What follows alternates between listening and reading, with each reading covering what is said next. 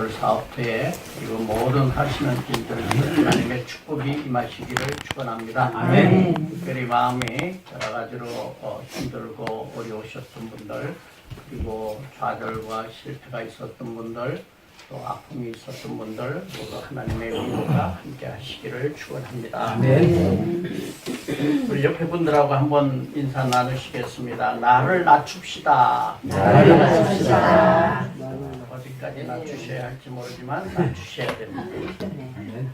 오늘 말씀은 누가복음 18장 말씀 전체를 가지고 말씀을 전하고자 합니다. 오늘 읽은 거는 1절부터 17절까지만 읽었지만 여러분들이 늘 누가복음이 지금 우리가 순서대로 이렇게 제가 설교 말씀을 전하고 있기 때문에 준비하고 읽고 오시는 줄로 믿습니다. 네. 믿어도 되죠? 아멘. 믿을 수 있게 꼭 읽고 오세요. 다음 주는 19장입니다. 그렇게 꼭 읽으시기 바랍니다. 이 18장 전체 말씀을 하나로 이렇게 좀 따로 떨어진 이 말씀드린 것처럼 우리가 느낄 수가 있는데 전체를 보면 일맥상통하는 하나의 흐름을 가지고 있는 것을 우리가 발견하게 됩니다. 오늘 그 말씀을 전하고자 합니다. 하나님 나라의 그 진리, 지난주에 우리가 하나님 나라에 대한 말씀을 전했는데 하나님 나라에 대한 진리는 상당히 새로운 것을 추구하는 역설적 진리입니다. 역설적 진리입니다. 이사야서 43장 말씀 오늘 읽은 대로 이전 것은 기억하지 말고 옛날 일을 생각하지 말라고 말씀을 하고 계십니다. 이전 일을 기억하지 말고 옛날 일을 생각하지 말라라고 하는 것은 대단히 역설적으로 이제부터 새로운 것을 내가 한다라고 하는 그 말씀이신 것이죠. 하나님 나라의 역설적 진리는 과거의 고정관념에서 벗어나라, 그리고 새로운 것을 추구하라 하고 말씀하고 계신 것입니다. 우린 때때로 고정관념, 이 이전 일들, 옛날 일들, 관습들, 그리고 고집, 아집, 나라고 하는 존재, 이거를 내세우기를 좋아합니다. 인간이기 때문에 누구나 다 거기에서 벗어나기는 힘이 듭니다. 그러나 하나님의 나라를 가기 위해서는 주님께서 말씀하시기를 옛날 것을 벗어버리고 새로워져라 하는 그런 말씀인 것입니다. 관념의 새로운 급전환이 필요하다는 것입니다. 우리가 가지고 세상살이를 살아나가는 동안에 가지고 있는 그러한 생각들에서부터 전환하라, 변해라 라고 하는 것입니다. 우리가 냇가에서 물고기를 보면은 물고기가 죽은 고기들은 물에 떠내려갑니다. 물의 흐름에 편승해가지고 따라 떠내려갑니다. 그러나 살아있는 고기들을 보면요, 고기들은 거꾸로 올라갑니다. 치고 올라갑니다. 이것은 살아있기 때문입니다. 우리가 생명을 갖기 위해서는, 하나님 나라의 생명을 갖기 위해서는 이 시대의 조류, 이 시대의 잘못된 정신들을 우리는 치고 올라가야 된다라고 하는 그런 말씀이죠.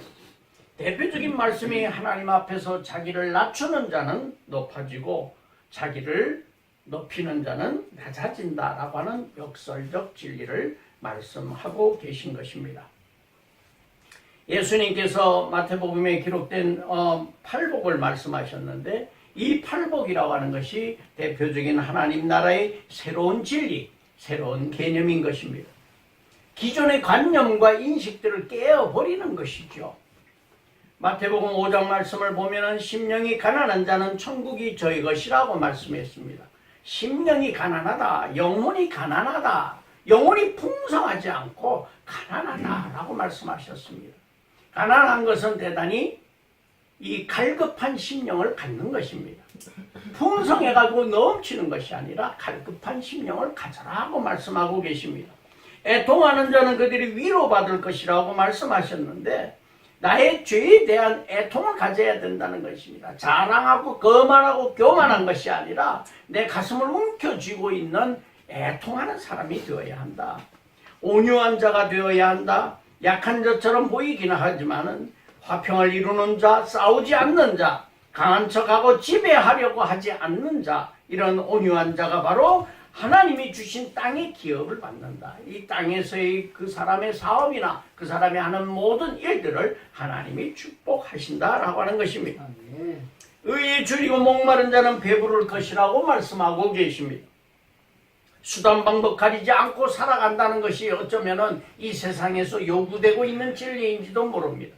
그렇게 살아야만 살아남을 수 있을지도 모릅니다. 그러나 주님은 말씀하십니다. 의에 줄이고 목말라라고 말씀하고 계십니다.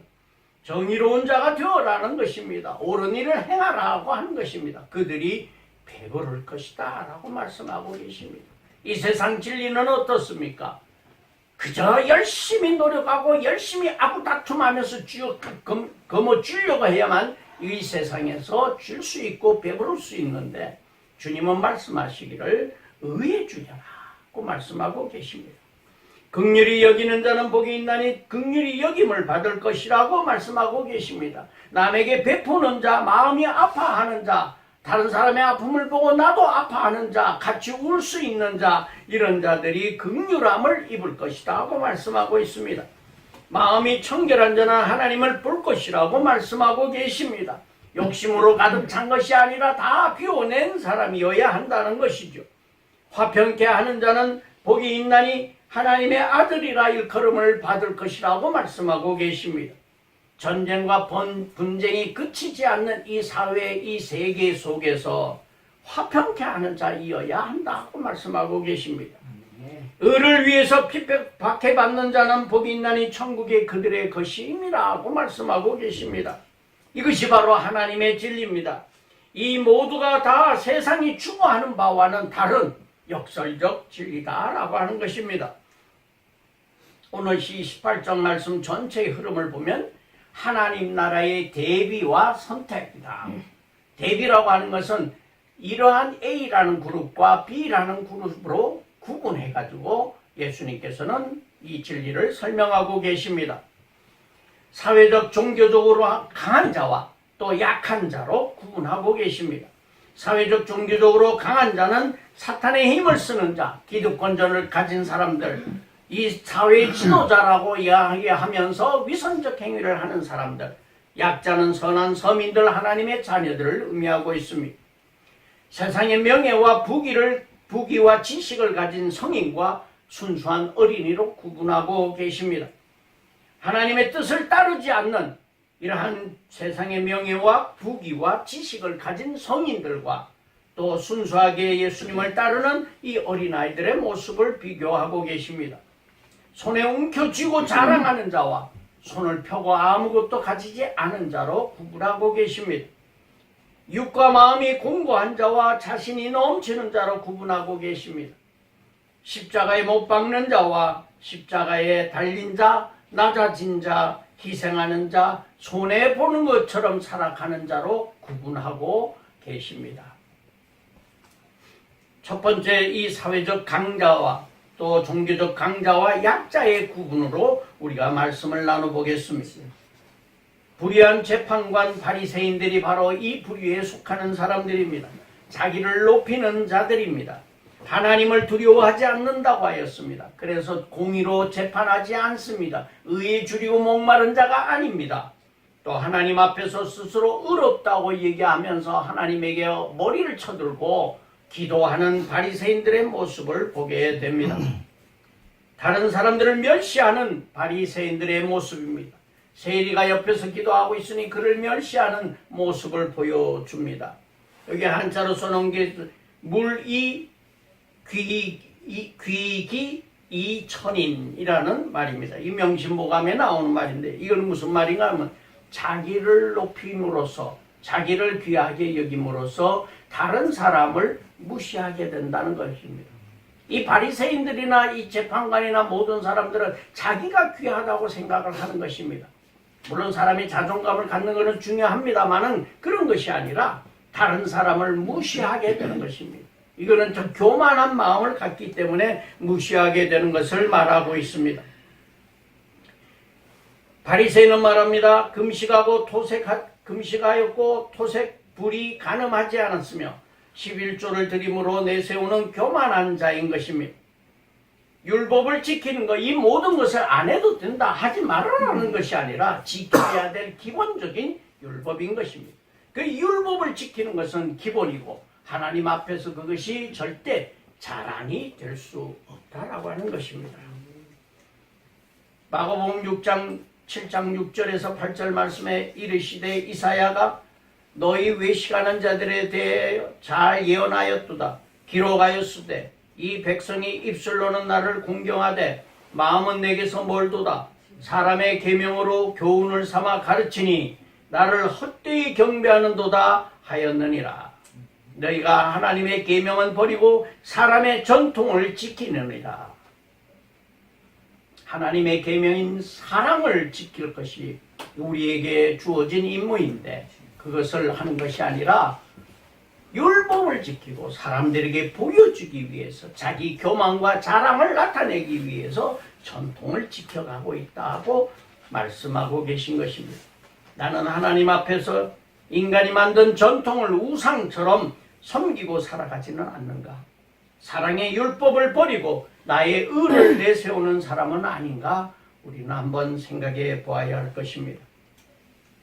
여러분들 잘 아시는 이상구 박사가 이 뉴스타트라고 하는 것을 지금 속초 쪽에서 하고 있는데 이 엔돌필 박사라고도 그러죠. 그래서 이분은 본래 의사였는데 이제 35년 동안 안식교에서 지내다가 이탈을 2년 반 전에 하였습니다. 그래가지고 개신교로 전환을 하였습니다. 왜 그런가 하니 이상구 박사가 아주 안식교의 기초를 닦은 대단히 그 기여한 바가 큰 사람이었는데 왜 돌아왔는가? 율법주의를 비판한 것입니다. 율법주의자들의 허구를 고발한 것입니다.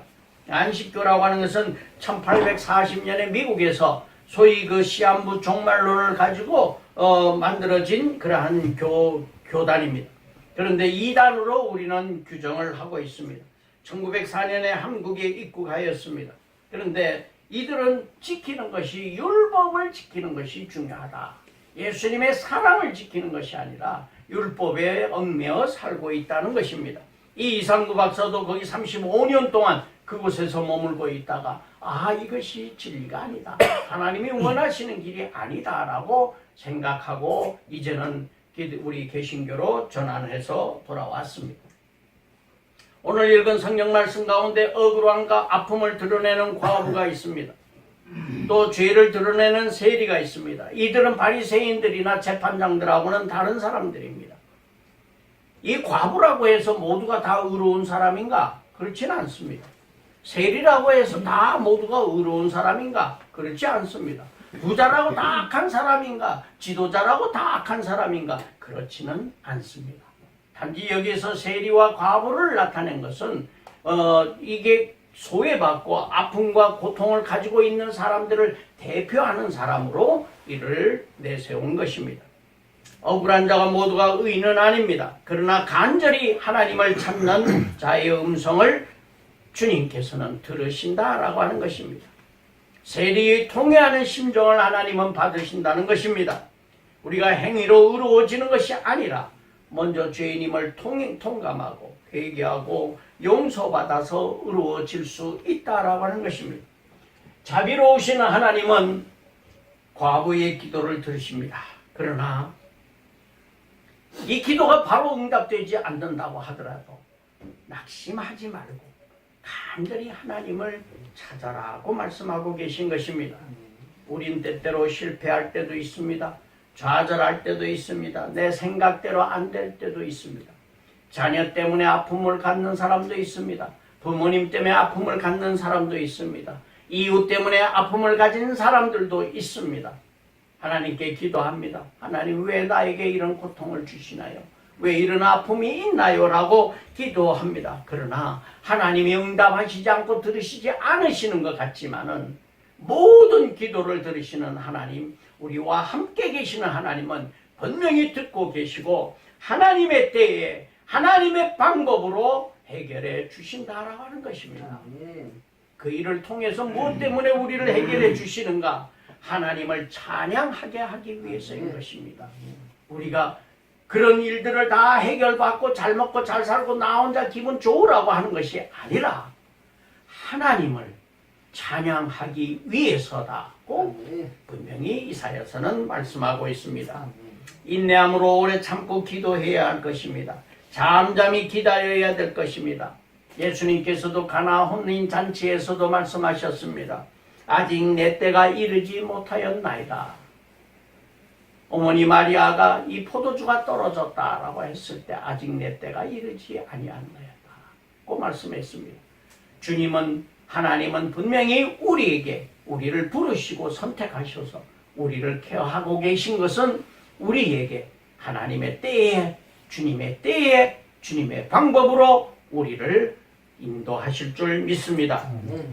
금식을 하는 것보다 중요한 것은 하나님의 말씀에 순종하고 겸손하게 자신을 낮추는 자의 기도를 들으신다는 사실을 기억하는 것입니다. 두 번째는 움켜진 자와 손을 펴는 자. 움켜진 자는 성인이라고 볼 수 있고 손을 펴는 자는 아이라고 볼 수 있습니다. 여기서 성인은 다 나쁜 것이고 아이는 다 착한 것이 아니라 바로 주님의 뜻에 합당한 성인과 또 합당하지 않은 성인으로 구분하는 것입니다. 성인의 모습은 움켜진 자의 모습이라고도 볼 수 있습니다. 자기의 아집과 고정관념에 사로잡혀 있습니다. 심지어는 교활한 꾀로 하나님을 이용하는 사람도 있습니다. 야고보서 1장 10절 말씀에 부한 자는 자기의 낮아짐을 자랑할지니 이는 그가 풀의 꽃과 같이 지나감이라. 세상의 모든 일은 다 끝이 나고 만다라고 하는 것을 우리는 기억해야 되는 것입니다. 아름다운 가을의 이 단풍들을 보셨을 때 어땠습니까? 하나님의 오묘한 섭리를 보고 우리가 다 감탄하였습니다. 단풍이 다 떨어지고 이제 앙상한 가지들만 남았습니다. 단풍의 아름다움도 끝이 날 때가 있다라고 하는 사실을 우리는 기억해야 된다는 것입니다. 관리가 찾아왔습니다. 선한 선생님이라고 부르면서 내가 어떻게 해야 천국을 갈 수 있습니까? 라고 물어봤습니다. 선한 선생님이란 표현의 의미성을 나무라셨습니다. 하나님의 선함을 보라. 이 세상에 누구도 선함이 없다. 오로지 하나님만 선하신 분이다. 라고 하면서 이제 모든 것들을 다 버리라고 말씀하고 계십니다. 율법을 지켰느냐? 율법을 지켰습니다. 모든 것을 다 하였습니다. 그렇다면 너의 모든 것을 버리라고 말씀하고 계십니다. 재물을 가진 자가 하나님의 나라에 들어가기 어렵다고 말씀하십니다. 낙타가 바늘 귀로 들어가는 것보다 훨씬 어렵다고 말씀하고 계십니다. 그러면 재물을 갖지 말아야 할 것인가? 그건 아닙니다. 재물이 방해하는 것이 아니라 재물에 매여서 사는 삶이 하나님보다 내가 더 귀한 것이 무엇인가라고 생각했을 때 나는 재물이라고 생각하는 그 생각이 잘못됐다는 것이지 재물이 잘못됐다라고 하는 것은 아니라고 하는 사실을 우리는 기억해야 합니다. 재물은 하나님이 주신 축복입니다. 이것을 어떻게 선하게 사용할 것인가 라고 하는 것이 더욱더 중요하다는 것입니다. 순수한 어린아이 손을 펴는 자의 모습을 말씀하고 계십니다. 아이들이 축복받기 위해서 왔습니다. 무시받고 소외받던 어린아이들이 찾아왔습니다. 원래 아이들은요 손을 펴고 받으려고 합니다. 손을 펴기를 좋아합니다. 아빠 뭐 주세요, 엄마 뭐 주세요라고 주세요라고 하는 손을 펴니다. 또 손을 펴서 자기가 가진 걸 남을 먹여주기를 좋아합니다. 남을 주기 좋아합니다. 여기 그림에서도 사진에서도 보면은 어린아이가 자기 먹던 사탕을 언니를 이렇게 먹여줍니다. 언니는 자기 거 있는데 제껴놓고 동생 거 빨아먹습니다. 아이들이 이렇게 순수한 마음을 가졌다는 것입니다. 한 초등학교 국어 시험에서 틀린 말을 고쳐 써라고 했습니다. 음식이 맛있겠다. 혼자서 먹어야지 라고 썼어요. 그리고 요거를 고쳐 써라 그랬어요. 그랬더니 맛있겠다라고 정답을 바꾸었습니다. 제가 이 원고를 써가지고 우리 김하영 전도사한테 이걸 원고를 가서 이렇게 써서 보냈더니요. 이거를 맛있겠다, 요게 음식이 맛있겠다라고 한 첫째 요 음식이 요거 틀렸는데 목사님이 왜 자꾸 맛있겠다라고 쓰지? 그럼 맛있겠다라고 고쳤었더라고요. 또 고쳤더니 또 고쳤었어요. 이렇게 자기 말 따라는 문법에 맞게 고쳐 쓴다고 고쳤었어요. 근데 한 어린아이가 이렇게 썼습니다. 답안지를. 음식이 맛있겠다. 그 맛있겠다는 시옷이 됐거나 티귿이 됐거나 중요한 것이 아니라 혼자서 먹어야지. 이건 틀렸구나. 같이 먹어야지. 라고 고쳤었다 하는 것입니다. 이게 어린아이의 심정이라는 것입니다. 문법이 쉬우시냐 티그시냐는 게 중요한 것이 아니라 어린아이 생각에는 왜 같이 먹혀야지 혼자만 먹느냐 라고 하는 생각을 갖는다는 것입니다. 이런 어린아이의 심정이 되었을 때 우리는 하나님 나라를 바라볼 수 있다라고 하는 것입니다. 아무런 계산 없이 하나님 나라를 받아들이는 자만이 그 나라에 들어갈 수 있습니다. 내게 있는 것을 다 팔아서 가난한 자에게 나누어 줘라고 했습니다. 주님 너무하시지 않습니까? 내가 가진 것을 다 팔아가지고 남을 주라고 하는 것이 이게 말이 됩니까? 얼마나 힘들게 내가 이걸 쌓아 올렸는데 이걸 다 팔으라고 주느냐라고 말씀할 수도 있습니다. 그러나 관리라고 하는 것은 그 복록을 받는 그 액수는 정해져 있습니다. 이렇게 부유한 사람이 되었다라고 하는 것은 분명히 부당하게 쌓아올린 재물이 있기 때문이다라고 하는 것이죠. 그래서 그 부당하게 쌓아올린 재물을 나눠주라고 주님은 말씀하고 계신 것입니다. 그러면 우리는 아무것도 가지는 것 없이 포기하고 다 아무것도 없이 살아가야 할 것인가? 열심히 노력해서 성실하게 노력해서 우리는 부를 축적하고 살아가야만 됩니다. 그러나 그것을 하나님보다 더 사랑해서는 안 된다라고 하는 것을 우리는 기억하셔야 될 것입니다. 누가 하나님 나라에 들어갈 것인가? 모든 것을 버리고 따르는 자라고 주님은 분명히 말씀하고 있습니다. 재물 자체가 영생을 방해하는 것이 아니라 그 재물이 인생의 중심이 되고 재물로 인해서 예수님을 멀리하고 재물 때문에 다른 사람에게 상처 주고 재물이 우상이 되어서 재물이 행복을 가져다 준다는 생각에 매몰되어 살아가는 것이 문제이다라고 하는 것이죠. 나의 소중한 것들을 내려놓을 수 있는 사람이 하늘나라에 갈 수 있는 사람들입니다. 시간과 재물과 욕망을 내려놓고 살아라고 말씀하고 있습니다. 심지어는 하나님 나라를 위하여 집이나 아내나 형제나 부모나 자녀를 버린 자이어야 된다라고 하는 것입니다. 아니 부모를 공경하라면서 어떻게 부모를 버리라고 말씀하고 계십니까? 라고 우리는 의문을 가질지 모릅니다. 그러나 무엇보다 중요한 것은 하나님이고 예수 그리스도고 이 예수 그리스도의 말씀을 중심으로 살아가는 것이 더 중요한 것이지 내 부모 때문에 내 자녀 때문에 내가 하나님 나라를 버릴 수 없다라고 하는 것을 말씀하고 있습니다. 남을 도울 기회가 있을 때 우리는 놓치지 말아야 됩니다. 며칠 전에 새벽에 일어나서 저는 해가 뜨기 훨씬 전에 일어나서 이 동네에 있는 공원을 한 바퀴 돕니다. 공원을 돌기 전에 이제 이렇게 집들을 많이 짓고 있는 이런 주택단지가 있는데 그 주택단지를 돌면서 한 바퀴 돕니다. 기도도 하고 산에 가서 그러면서 돌게 되는데 새벽에 깜깜한데 어떤 분이 이 색을 하나 메고 저한테 다가와요. 약간 섬찟했어요. 왜 어두운 밤에 짐승 만나면 무섭지 않은데 사람 만나면 무섭다고 그러잖아요. 어떤 분이 한 분이 다가오더라고요. 그러면서 여기에 썬하우징이라는 데가 어디 있습니까? 그래요. 말투가 조선족 말투예요. 썬하우징이 어디 있냐고 물어봐요. 그래서 저는 썬하우징이 어디 있는지 알 수도 없고 그래서 공사에 일하러 오셨습니까? 그러니까 그렇다는 거예요. 공사를 하는 집들이 굉장히 많아요. 그 한 10여 채가 돼요. 그래서 그 집들이 많이 있는데 한번 찾아보세요. 라고 얘기하고 걸어갔습니다. 걸어가다가 보니까 썬하우징이라는 플래카드가 바로 첫 번째 집에서 그 공사하는 집에 붙어 있어요. 여기였구나. 저 사람은 영어를 못 읽을 텐데 영어로 써 있어요. 영어를 못 읽을 텐데 내가 저 사람을 데리고 여기까지 왔어야 되는데 하는 마음이 들어가지고 뛰어갔습니다. 거꾸로 뛰어가가지고 그 사람을 찾았어요. 세상에 걸음이 얼마나 빠른지 아무리 거기를 한 3바퀴를 돌아도 못 찾았어요. 그 집으로 돌아오면서 그 생각을 했습니다. 하나님 제가 잘못했습니다. 아이고 내가 그래요? 그리고 한번 찾아봅시다 하고 데리고 갔어야 되는데 나는 그냥 바쁜 마음에 또 이 사람하고 내가 찾을 수 있을까 하는 그런 의심 때문에 그냥 찾아보세요 라고만 얘기하고 가버렸다는 것이 그 사람이 과연 그 추운데 찾을까 못 찾을까 염려가 되어서 하나님 그분이 좀 그 집을 잘 찾을 수 있게 해주세요. 그래서 오늘 일당을 벌게 해주세요. 그런 기도를 하면서 집으로 돌아간 적이 있습니다. 기회를 놓치지 말아야 됩니다. 우리 주변에 우리 손을 펴서 우리의 도움을 필요로 하는 사람들이 대단히 많이 있다는 사실을 우리는 기억해야 될 것입니다.